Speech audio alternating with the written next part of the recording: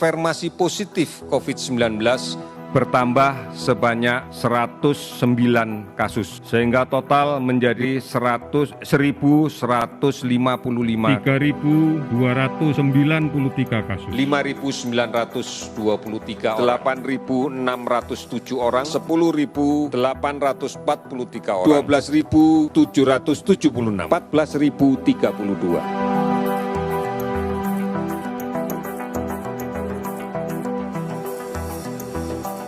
Kendaraan bermotor roda 2 bisa untuk mengangkut barang secara aplikasi, tapi tidak untuk mengangkut penumpang.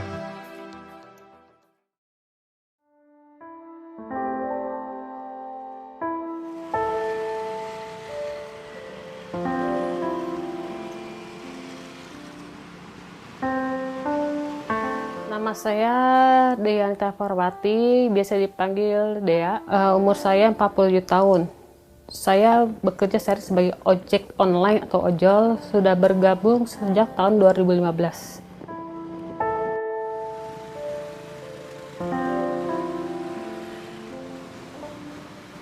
Sejak kematian almarhum, saya tulang punggung bagi anak-anak saya dan keluarga kecil saya. Apalagi keadaan epidemi COVID-19 ini mungkin berat bagi saya, kan ada orderan jarang masuk ya Mbak ya.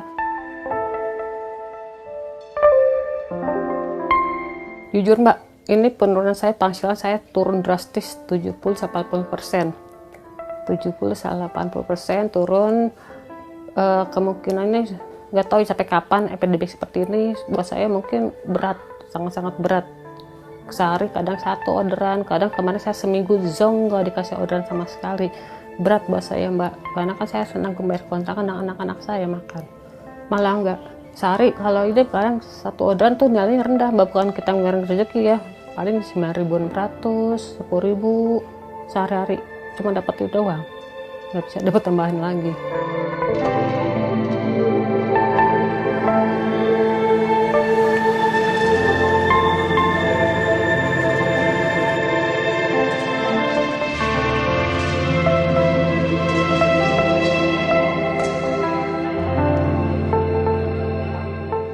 Kadang-kadang seminggu juga nggak dapat. Bener, saya udah nongkrong kemana-mana nggak dapat juga. Muter udah kemana aja, melipir ya? Iya, udah melipir muter. Dapat satu juga itu dari pagi, dari jam 9 tank kita.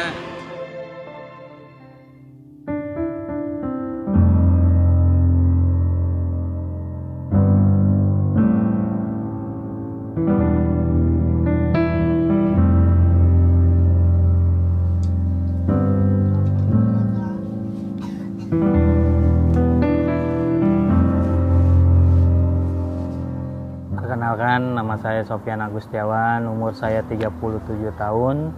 Sekarang saya bekerja sebagai ojek online. Dan saya punya anak 2, meninggal 1.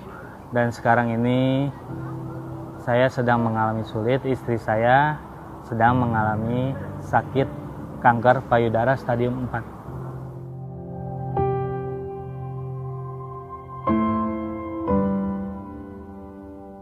Setahun yang lalu saya dipecat dari perusahaan hanya karena mendampingi istri yang harus menjalani kemoterapi pertama kali tanpa sebab, tanpa peringatan, tanpa informasi dari pimpinan sana bahwa saya sudah tidak bisa bekerja lagi, dan langsung saya mendaftarkan ojek online sampai saat ini.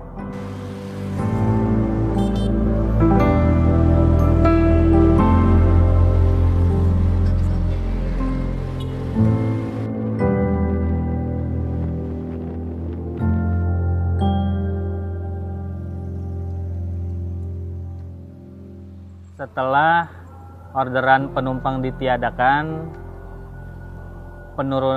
pendapatan kita menurun drastis karena hanya mendapatkan orderan barang atau food paling tidak.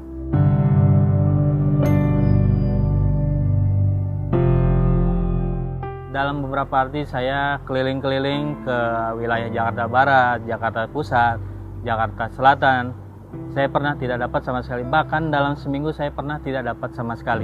Udah kehujanan, udah kepanasan, kita udah keliling ke tempat keramaian, ke tempat yang bisa dibilang itu ramai dengan para driver online. Ada toko yang buka pun kita tetap tidak mendapatkan orderan tersebut.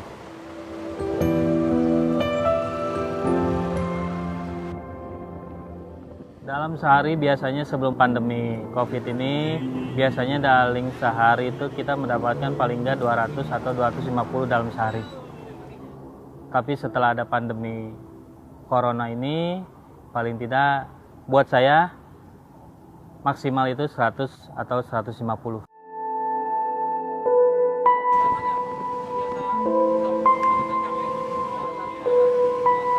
Assalamualaikum.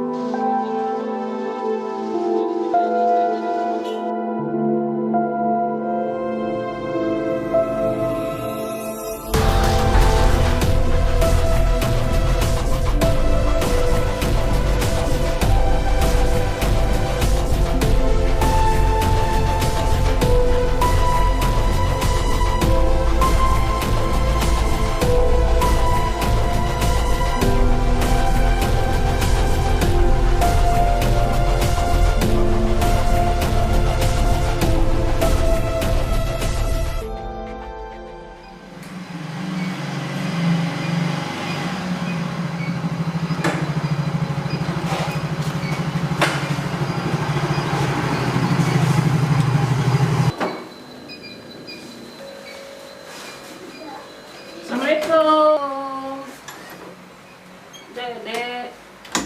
Malu dia. Saya tinggal bersama anak-anak saya berempat. Yang satu sekolah SMK, ikut mertua. Yang kedua SMP, ketiga SD, keempat baru mau masuk sekolah tahun ini.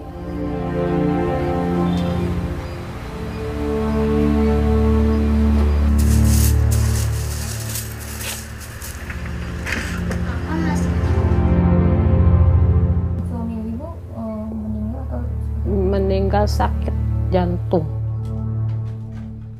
Ya berkeluarga lagi, yang suami yang sekarang ya begitu bisa dibilang pisah, nggak ada kabarnya. Ya lepas tangan bisa dibilang iya. Jadi saya semua yang nanggung kehidupan sehari saya.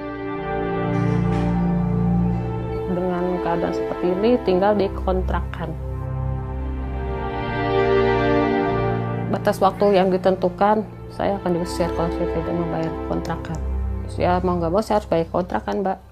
Kalau nggak bayar saya diusir mau pindah kemana. Langsung saya cari kontrakan sekarang.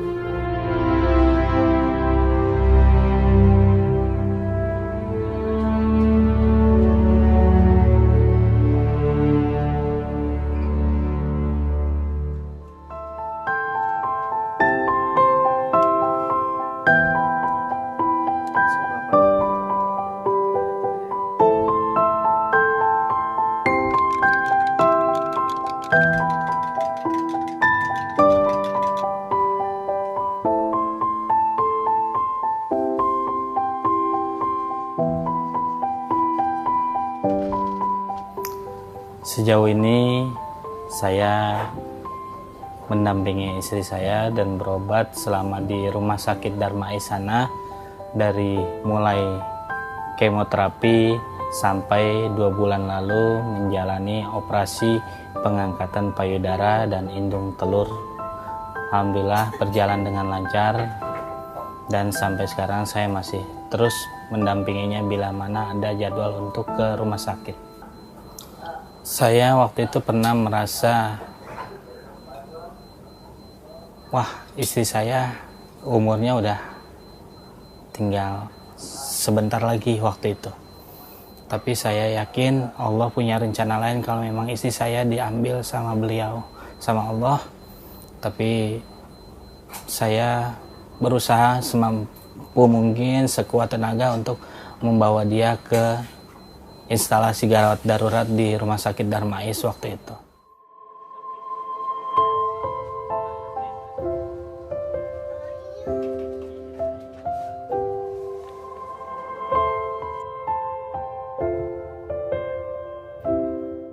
Sosoknya gimana gitu?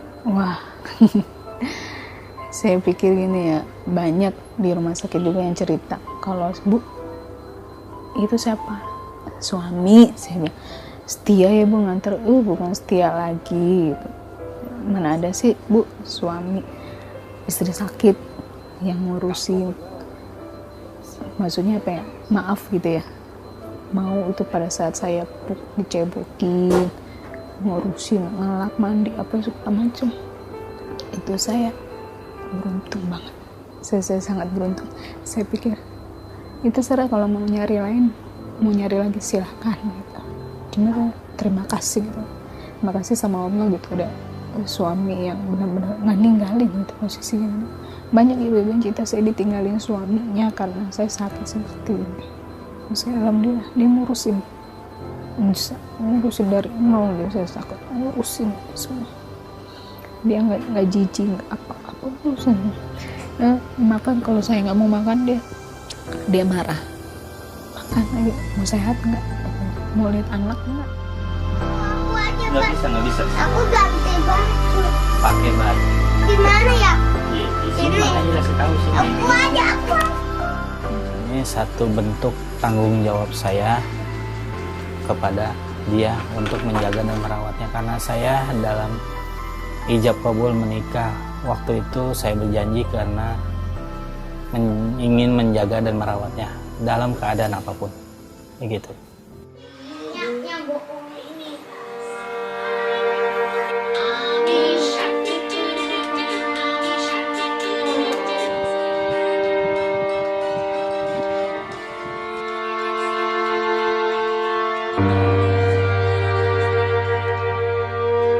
Anak saya semua jadi anak yang soleh-solehah.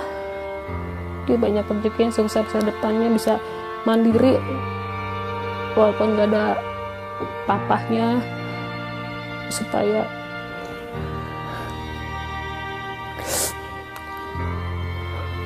sukses terus sekolahnya Mbak. Jangan kayak mama seperti ini, bisa berhasil sekolahnya. Itu saya pikirin sekolah anak-anak Mbak. Saya nggak mau anak saya terpuruk kayak saya. Seperti ini kerjaan saya.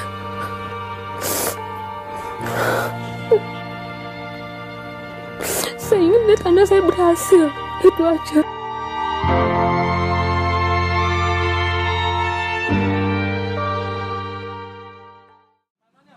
Biasa top habis rekam ya. Biasa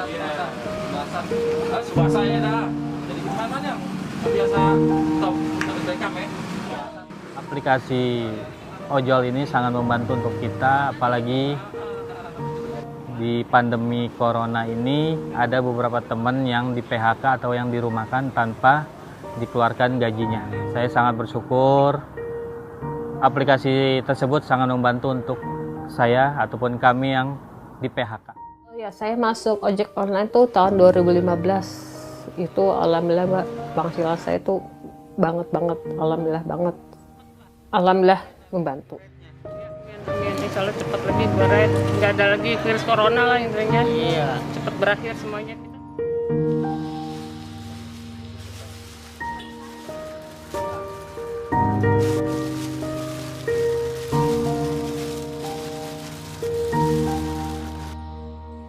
Alhamdulillah ada sedikit bantuan dari teman-teman dari komunitas atau LSM atau bantuan. Saya banyak terima kasih kepada semua teman komunitas, khususnya untuk satu aplikator ojek online yang sudah membantu saya.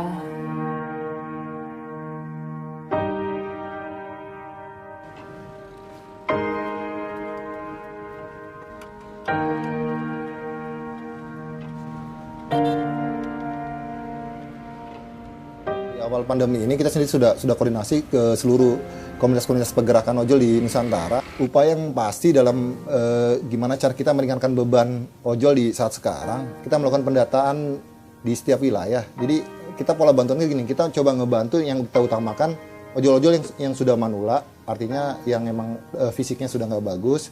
Buat ojol-ojol lady atau ojol yang wanita, yang terutama yang single mother punya balita, itu yang kita utamain biar mereka lebih stay di rumah. Juga yang fisiknya lagi nggak bagus, lagi sakit atau habis laka. Sementara yang muda-muda yang sehat-sehat kita coba untuk rangkul tetap turun ke jalan dan juga untuk melakukan gerakan-gerakan support lainnya seperti itu. Kita coba mencari donasi untuk pengadaan beras, gula gitu ya, kayak sembako seperti itu. Kita ya alhamdulillah sih beberapa kali sudah berjalan, walau belum sesuai yang kita inginkan, tapi sedikit demi sedikit teman-teman sudah mulai bisa kita cover untuk dikondisikan. Untuk paket sembako yang sudah didistribusikan sampai saat ini, alhamdulillah kita sudah hampir tembus angka 3.000 paket sembako di seluruh Jabodetabek.